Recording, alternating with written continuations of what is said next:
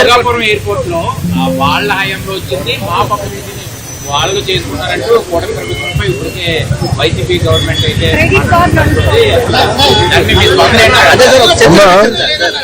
ఒక మాట చెప్పాలి, క్రెడిట్ కోసం ఇక్కడ ఎవరు పోరాడట్లేదు. పని చేసేదానికి, ప్రజలకి పెద్ద ఎత్తున ఉద్యోగాలు, ఉపాధి కల్పించడానికి మేము అహర్నిశలు కష్టపడుతున్నాము. దయచేసి అది గుర్తుపెట్టుకోండి. ఇదే జగన్మోహన్ రెడ్డి గారు ఆనాడు ఏం చెప్పారు? ఎర్ర బస్సు రాని ఊరికి ఎయిర్పోర్ట్ అవసరమా అని చెప్పారా లేదా? వీడియో మీరు చూసారా లేదా? మళ్ళీ ఇప్పుడు ఆయన వచ్చి అన్ని మాటలు మాడితే ఎంతవరకు న్యాయం? నంబర్ 1. నంబర్ 2, ఆనాడు జిఎంఆర్ కి సుమారుగా 2600 ఎకరాలు కూటమి ప్రభుత్వం అందజేసింది. నన్ను అడిగితే అది ఇంకా తక్కువ. ఒక్క హైదరాబాద్ ఎయిర్పోర్ట్ కి 5000 ఎకరాలు ఇచ్చాం. ఆనాడు ఇదే పెద్ద మనుషులు ఏమన్నారంటే హైదరాబాద్ ఎయిర్పోర్ట్ కి 5000 ఎకరాలు అవసరమా, ఎయిర్పోర్ట్ కి 5000 ఎకరాలు అవసరమా? ఈ రోజు మీరు హైదరాబాద్ ఎయిర్పోర్ట్ చూడండి, అదే సమయంలో బెంగళూరు ఎయిర్పోర్ట్ చూడండి. ఈ రోజు బెంగళూరు సిటీ 2వ ఎయిర్పోర్ట్ కోసం ఎత్తుకుతున్నారు. కానీ అదే హైదరాబాద్ రాబోయే 100 సంవత్సరాలు కూడా కావాల్సిన డెవలప్మెంట్ కి భూమి రెడీగా ఉంది. ఇదే టెర్మినల్ ఇంకొక మిర్రర్ కాపీ అటు పక్కన చేయొచ్చు. సో అలా ముందు చూపుతో ఒక విజన్ తో చంద్రబాబు నాయుడు గారు ఆనాడు చేశారు. జగన్మోహన్ రెడ్డి గారు అధికారంలోకి వచ్చిన తర్వాత జిఎంఆర్ కి ఇచ్చిన భూమి కూడా వెనక్కి తీసుకున్నాడు. సుమారుగా 600 ఎకరాలు వెనక్కి తీసుకున్నారు. కూటమి ప్రభుత్వం తిరిగి వచ్చిన తర్వాత ఆ భూమి మళ్ళీ జిఎంఆర్ కి తిరిగి ఇచ్చారు. ఎందుకు ఇచ్చారు మనం చెప్పాలి. కేవలం ఒక ఎయిర్పోర్ట్ లో ఫ్లైట్లు ల్యాండ్ అవుతాము, ప్యాసింజర్స్ దిగుతాం, ప్యాసింజర్స్ ఎక్కి వెళ్ళిపోతాం కాదు. లార్జర్ ఎకో సిస్టమ్ అనేది చాలా చాలా అవసరం. లార్జర్ ఎకో సిస్టమ్ అంటే MRO engine maintenance, under body maintenance, paint shop, ఇవన్నీ ఎకో సిస్టమ్ ఏర్పాటు చేస్తేనే పెద్ద ఎత్తున మన పిల్లలకి ఉద్యోగాలు, ఉపాధి కల్పించగలుగుతాం. ఆ లక్ష్యంతో ఆ భూమి కూడా తిరిగి వాళ్ళకి ఇచ్చి ఎంఆర్ఓ ఏర్పాటు చేస్తున్నాం. మొన్న నేను వచ్చాను, అశోక్ గజపతి రాజు గారి దయ వల్ల మానసాస్తో జిఎంఆర్ ఒప్పందం చేసి ఒక వరల్డ్ క్లాస్ ఏవియేషన్ యూనివర్సిటీ కూడా కడుతున్నాం. సో ఒక ఎకో సిస్టమ్ మొత్తం ఏర్పాటు చేస్తున్నాం. భయా క్రెడిట్ కావాలంటే వాళ్ళు తీసుకోమనండి, నో ఇష్యూ. దాంతో పాటు పీపీఎల్ రద్దు చేసామని క్రెడిట్ తీసుకోమనండి. అమర్ రాజ్ అని ఆంధ్ర రాష్ట్రం తరిమేసామని క్రెడిట్ తీసుకోమనండి. ఆనాడు అనేక కంపెనీల పైన లేబర్ అని, మన పొల్యూషన్ అని, అంతెందుకు మా అధ్యక్షుల వాళ్ళకి కమర్షియల్ కాంప్లెక్స్ అన్ని పర్మిషన్లు ఉన్నా కూడా పగలగొట్టారు కదా, ఆ క్రెడిట్ కూడా తీసుకోమని భయ్, నో ప్రాబ్లం. చెప్పమ్మా, లేడీస్ ఫస్ట్.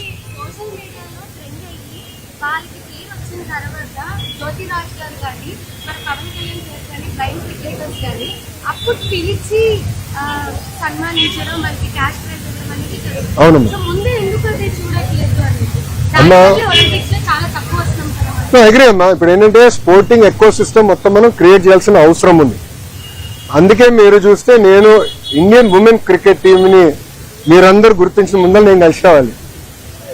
అప్పుడు మిథాలీ గారిని కలిసాం. మిథాలీ గారిని ఏకంగా ఒక అడ్వైజర్ గా ఆంధ్ర క్రికెట్ అసోసియేషన్ అడ్వైజర్ గా నియమించాం. సో మిథాలీ గారితో కూడా మేము ఏం మాట్లాడాలంటే షీ ప్లేస్ అని ఒక ప్రోగ్రామ్ రూపొందిద్దాం. అంటే మహిళలు పెద్ద ఎత్తున ఒక క్రికెట్ లో, ఇప్పుడు అదే విధంగా మన వెయిట్ లిఫ్టింగ్ లో కానివ్వండి, మన ట్రాక్ అండ్ ఫీల్డ్ లో కానివ్వండి, చెస్ లో కానివ్వండి, ఇట్లా పెద్ద ఎత్తున ఎట్లా ప్రోత్సహించాలి దాంట్లో ఒక పాలసీ ఫ్రేమ్వర్క్ మేము తీసుకొస్తున్నాం. But it is a continuous effort. There is no short cut, there is no simple solution to it. దీంతో పాటు నేను మన ఆస్ట్రేలియాకి వెళ్ళాను. అక్కడ గ్రిఫిట్ అని ఒక యూనివర్సిటీ ఉందమ్మా. They are known for sports, they are one of the best in the world. వాళ్ళతో కూడా మాట్లాడి ఇక్కడున్న యూనివర్సిటీస్ తో టైఅప్ చేసి మొత్తం ఎకో సిస్టమ్ ఏర్పాటు చేయాలి. It has to do with nutrition, physical recovery, eco system మొత్తం ఏర్పాటు చేయాల్సిన అవసరం ఉంది. ఐ అగ్రీ, మనం చేస్తుంది సరిపోదు. 100% మనం చేస్తుంది నాట్ మోర్ దెన్ 10-12%. కానీ కూటమి ప్రభుత్వం కనీసం గుర్తిస్తుంది. శ్రీచరణిని గుర్తించింది, బ్లైండ్ క్రికెటర్స్ ని గౌరవ ఉప ముఖ్యమంత్రి గారు గుర్తించారు. ఇట్లా నేను కొంతమంది గుర్తిస్తున్నా. చేసి వాళ్ళు కూర్చోబెట్టి వాళ్ళు గతంలో పడిన కష్టాలేంటి, అది వేరేకి అంటే వేరే పిల్లలు ఇబ్బంది పడకుండా ఎట్లా చేయాలి, ఎకో సిస్టమ్ ఎట్లా ఏర్పాటు చేయాలి వాళ్ళు కనుక్కొని we are train to create an eco system. అది ఓవర్ నైట్ అవుట్ అవుతుంది. It requires a lot of effort. స్త్రీశక్తి ఉచిత బస్సు పథకాన్ని తీసుకొచ్చింది. అయినప్పటికీ చాలా వరకు కూడా బస్ సెంటర్ లో బస్సులు నిలపకపోవడం వల్ల గర్భిణీలు కూడా బస్సులు కనుక పరుగులు చేయాల్సినటువంటి పరిస్థితి ఉంది. ఒకవైపు చూసుకుంటే ఆ డీటెయిల్స్ మాకు ఇవ్వండి సార్. ఆ డీటెయిల్స్ మాకు ఇవ్వండి. ఎక్కడ ఆగట్లేదో కొంచెం డీటెయిల్స్ ఇస్తే వీల్ కరెక్ట్. అంతేగాని ఆపాలనేది రూల్ ఉంది, we'll correct. No issue sir. Construction start అయిపోతుంది అవసరం మళ్ళీ మంచి రోజు కోసం ఆగాలి, వర్క్ స్టార్ట్ చేయాలి. మళ్ళీ ఫిబ్రవరి వరకు మంచి రోజు వెళ్ళి కన్స్ట్రక్షన్ జరుగుతుంది స్టార్ట్. ఒక్క నిమిషం సార్, 1 సెకండ్ ఏం సార్, ఈ 1-2 months లో వర్క్ స్టార్ట్ అవుతుంది సార్. డేటా సెంటర్ కి విల్ స్టార్ట్ అవుతుంది సార్. ఏం సార్, ఇప్పుడు ఆల్రెడీ మనం ఏదైతే భోగాపురం ఎయిర్పోర్ట్ కి ఆల్మోస్ట్ ఒక 6 months లో రెడీ అయిపోయింది. Yes sir. So bottleneck clear చేస్తున్నారు. కానీ with the city bottleneck వెళ్ళడానికి సో హ్యూజ్ ప్రెజర్ ఉంటుంది. అంటే మీరు క్యాజువల్ గా నార్మల్ గా చాలా ప్రాబ్లం ఉంటుంది. దానికి విత్ ద సిటీలో సో ట్రాఫిక్ సమస్యలు క్లియర్ చేయడానికి ఎలాంటి ఇనిషియేటివ్ తీసుకోబోతున్నారు? అంటే అవుట్ సైడ్స్ లో క్లియర్ చేస్తున్నారు. అవుట్ సైడ్స్ కాదు, ఇక్కడ నుంచి మేజర్ రహదారులకి సిటీ నుంచి highway connectivity, roads expansion, cleaning up అదంతా జరుగుతుందమ్మా. ఆల్రెడీ విశాఖ సిటీ నుంచి వెళ్ళడానికి అదే విశాఖ అంటే సిటీ నుంచి మేజర్ రహదారు అంటే హైవేకి వెళ్ళేదాన్ని కనెక్టివిటీ ఫస్ట్ క్లియర్ చేయాలమ్మా. అది ఏం చేసిందంటే విశాఖపట్నం ఎకనామిక్ రీజియన్ మీటింగ్ అయిన తర్వాత గౌరవ ముఖ్యమంత్రి గారు విఎంఆర్డీ మన ఐఎస్ అధికారులకి ఏం చెప్పారంటే శాసనసభ్యులతో కూర్చుని మీరు ప్లాన్ చేయండి, చేసి ప్రెసెంట్ ఇట్ అని కూడా చెప్పారు. ఆ bottlenecks will clear. But నేనేమంటానంటే with all fairness, Shamshabad airport open అయినప్పుడు రింగ్ రోడ్ ఇంకా పూర్తి అవలా, పని ప్రారంభించాం. అలాంటి ఇబ్బందులు లేకుండా we're trying to finish everything. But there will be areas to improve. కొన్ని బాటిల్ నెక్స్ కొత్త వస్తాయి, మనకు తెలియని బాటిల్ నెక్స్ కొన్ని ఏర్పడితే అక్కడ ఫ్లైఓవర్లు వేయాలి, ఇవన్నీ చేయాలి. ఇది నిరంతర ప్రక్రియ అమ్మా. ఎందుకంటే విశాఖపట్నం ఎకనామిక్ రీజియన్ అంటే శ్రీకాకుళం టు అనకాపల్లి వరకు కూటమి ప్రభుత్వ లక్ష్యం ఏంటంటే $1 trillion ఎకనామిక్ రీజియన్ అవ్వాలని. So white collar jobs to blue collar jobs మొత్తం ఎకో సిస్టమ్ ఇక్కడ ఏర్పాటు చేయాలంటే దానికి it requires social infrastructure, hard infrastructure, power infrastructure, ఇవన్నీ మేము ఏర్పాటు చేయాలి. ఆ దిశగా మేము ఈ విశాఖపట్నం ఎకనామిక్ రీజియన్ మ్యాప్ చేసాం. వీళ్ళు ఎగ్జిక్యూట్ విశాఖలో మెట్రో ప్రాజెక్ట్ ఆర్టికల్ మీరు ఏదైతే హాజరయ్యారో ఇదే సాక్షి పేపర్లో 28 మూలన పడ్డాయని చెప్పేసి ఈ ప్రభుత్వం హయాంలో చెప్పి వాటిగా ఎందుకు ఎమ్మెల్యే వాళ్ళ అందరు వెళ్ళి వెహికల్స్ కూడా చూపించారు. వాళ్ళ టైంలో తీసుకొచ్చిన వాళ్ళ టైంలో మూతబడిన 108 తప్ప ఎన్డీఏ అధికారంలోకి వచ్చిన తర్వాత ఒక్కటి కూడా మూసేయలేదు. ప్లీజ్ బి వెరీ క్లియర్ అన్నారు. అమరావతి ల్యాండ్ పూలింగ్ సంబంధించి చట్టబద్ధత అడుగుతున్నారు రైతులు. అసలు ఏంటి, ఇప్పుడు ఇంతకు ముందు అయితే 50,000 ఎకరాలు చాలా ఈజీగా ఇచ్చారు, ఇప్పుడు 16,000 ఎకరాలకు కూడా చట్టబద్ధత అనేది ఏం ప్లాన్ చేయాలి? ఆల్రెడీ చట్టబద్ధత ఉంది కనుకనే గత ప్రభుత్వం రాజధాని తరలించలేకపోయింది. ఆల్రెడీ లీగలీ బైండింగ్ కనుక మీరు చూస్తే జనరల్ గా ఇలాంటి కార్యక్రమాలు చేసినప్పుడు ప్రభుత్వం అగ్రిమెంట్లు అంటే ప్రభుత్వం అనుకూలంగా చేస్తుంది. కానీ ఆనాడు ముందు చూపుతో గౌరవ ముఖ్యమంత్రి గారు అగ్రిమెంట్లు చేసినప్పుడు అమరావతి రైతులతో అంటే రాష్ట్ర ప్రభుత్వం చేసినప్పుడు రైతుల పక్షాన చేసిన అగ్రిమెంట్, అందుకే రాజధాని తరలించలేకపోయారు. ఈ రోజు మీరు వెళ్ళి చూడండి అమరావతి పనులు కూడా ఇక్కడ ఎట్లయితే ఎకనామిక్ రీజియన్ యాక్టివిటీలు భోగాపురం ఎయిర్పోర్ట్ ఎంత స్పీడ్గా జరుగుతుందో అమరావతి పనులు కూడా అంతే స్పీడ్గా జరుగుతున్నాయి. మీరు పొద్దునకి సాయంత్రానికి డిఫరెన్స్ ఉంటుంది, అంత స్పీడ్గా అక్కడ కూడా పనులు జరుగుతున్నాయి. గ్రేటర్ ఎక్స్పాన్షన్, ఎందుకంటే ఒక ఎకనామిక్ రీజన్ బాగుపడాలంటే ఇక్కడ ఎట్లయితే భోగాపురం ఎయిర్పోర్ట్ గురించి మాట్లాడుతున్నామో, తిరుపతిలో ఎట్లయితే అద్భుతమైన ఎయిర్పోర్ట్ ఉందో అమరావతి కూడా ఒక అద్భుతమైన ఎయిర్పోర్ట్ చాలా చాలా అవసరం. ఇప్పుడున్న ఎయిర్పోర్ట్ ఏ మూలకి సరిపోదు. అందుకే ల్యాండ్ పూలింగ్ తీసుకుని అక్కడ ఇన్ఫ్రాస్ట్రక్చర్, స్పోర్ట్స్ ఇన్ఫ్రాస్ట్రక్చర్ అంతా క్రియేట్ చేయాలి లక్ష్యంతో మేము పనిచేస్తాం. సార్ మీరు కంపెనీలు తీసుకొస్తున్నారు కానీ 99 పైసలకే భూములు ఇవ్వడం అనేది తప్పేంటి ఒక ప్రశ్న వస్తుంది సార్. తప్పేంటి సార్, నేను ఇస్తాను. ఫార్చ్యూన్ 500 కంపెనీస్ అందరికి నేను 99 పైసల్లోనే గజానికి కాదు ఎకరంగా మొత్తం భూమి ఇస్తా.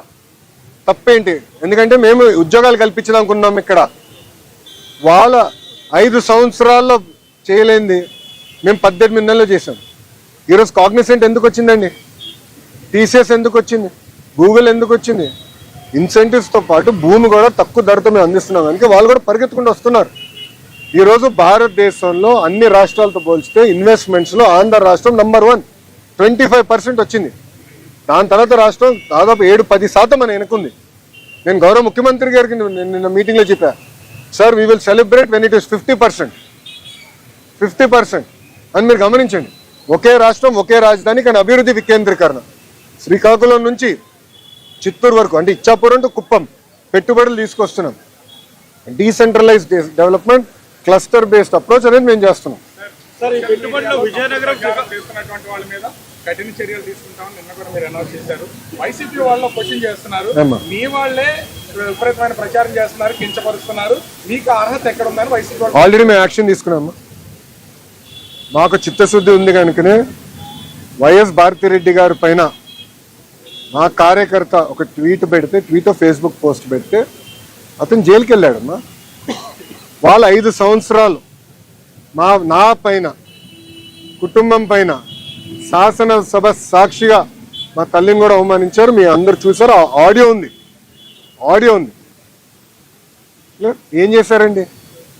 నేను ఇప్పుడు ఏమంటున్నానంటే, ఒక మహిళని కించపరిచినప్పుడు ఎంత ఇబ్బంది పడుతుందో నేను కళ్ళారా చూశాను. ఇది ఇంకో మహిళకు జరగకూడదు, పిల్లలకి జరగకూడదు. వాళ్ళని ప్రొటెక్ట్ చేయాల్సిన అవసరం ప్రభుత్వం మీద చాలా ఉంది. ఇప్పుడు ఒక ఉదాహరణ ఇస్తే, సోషల్ మీడియాలో ఏజ్ అప్రాప్రియేట్ కంటెంట్ అనేది ఉంటుందన్నమాట. జనరల్గా సోషల్ మీడియా ప్లాట్ఫామ్కి ఎవరన్నా రావాలంటే ఒక ఏజ్ తర్వాతనే ఆ ప్లాట్ఫామ్లో ఇన్వెస్ట్ అవ్వాలి. రూల్స్, టర్మ్స్ అండ్ కండిషన్స్ క్లియర్గా ఉంది. కానీ ఇది పాటించట్లేదు. ఇది మేము డిస్కస్ చేస్తున్నాం. కొన్ని దేశాలు, ఆస్ట్రేలియా లాంటి దేశం ఏం చేసిందంటే మినిమం 16 years ఉండాలని ఇప్పుడు రూల్ తీసుకొచ్చారు. అప్పుడు ఏంటంటే ఏజ్ అప్రాప్రియేట్ ఉంటుంది. పిల్లలకి మెచ్యూరిటీ వచ్చిన తర్వాత సోషల్ మీడియా అంటే అర్థం చేసుకుని హ్యాండిల్ చేసే కెపాసిటీ ఉంటుంది అనేది ఇవన్నీ మేము డిస్కస్ చేసాం group of ministers. 100% greater discussion జరగాలి. మేము ఇతర దేశాల్లో ఏం చేస్తున్నారని కూడా మేము స్టడీ చేస్తున్నాం. మాకు కొంత అవగాహన వచ్చిన తర్వాత గౌరవ ముఖ్యమంత్రి గారితో కూడా మేము చర్చించి ఒక రిపోర్ట్ పబ్లిక్ డొమైన్లో పెడతాం. ప్రజల దగ్గర నుంచి అభిప్రాయ సేకరణ కూడా తీసుకున్న తర్వాత then we will implement. Telangana జల వివాదం మీద ఏంటి సార్, చాలా ఇప్పుడు కాంట్రవర్సీ నడుస్తుంది తెలంగాణలో జల వివాదానికి సంబంధించి. అటు తెలంగాణ మంత్రులు, సీఎంఏ మాట్లాడతారు, ఇక్కడ వైసీపీ వాళ్ళు మాట్లాడతారు, మీరు జలవనరుల శాఖ మంత్రి మాట్లాడతారు. అసలు ఏం చెప్తారు ఈ వివాదం మీద? రాజకీయ లబ్ధి పొందేదానికి కొంతమంది దీన్ని వివాదం చేస్తున్నారు. 2020లో అంటే అప్పుడు ఎవరు ఇక్కడ అధికారంలో ఉంది? వైకాపా ప్రభుత్వం, జగన్మోహన్ రెడ్డి అనే వ్యక్తి ముఖ్యమంత్రి. అప్పుడే స్టే వచ్చింది ప్రాజెక్ట్ మీద. అది తీసుకొచ్చి ఇప్పుడు వచ్చినట్టు చెప్తున్నారు ఎవరు? వైకాపా నాయకులు. నేను ఒకటే చెప్తున్నా, మనం ఇప్పుడు చేయబోయే ప్రాజెక్టులని ఆంధ్ర రాష్ట్ర భూభాగంలో చేస్తాం. అంటే గోదావరి జలాలు తెలంగాణ భూభాగం దాటి ఆంధ్రాకు వచ్చిన తర్వాత ఆ నీరుని లిఫ్ట్ చేసి రాయలసీమకి తరలిస్తున్నాం. That is the vision. అంతేగాని తెలంగాణ ప్రాజెక్ట్ చిల్లు ఎవడు పెట్టట్లే కదా బై. Common sense. నేను ఇప్పుడు ఏమన్నానంటే, మీరు చూస్తారు వరదలు వచ్చినప్పుడు వేలాది టీఎంసీ సముద్రంలోకి వెళ్తుంది. ఎందుకు పంపించాలంటున్నా? ఒక టీఎంసీ కోసం రాష్ట్రాల మధ్యన యుద్ధాలు జరిగినాయి. ఒక 10 టీఎంసీల కోసం దేశాల మధ్యన, ఆఫ్రికా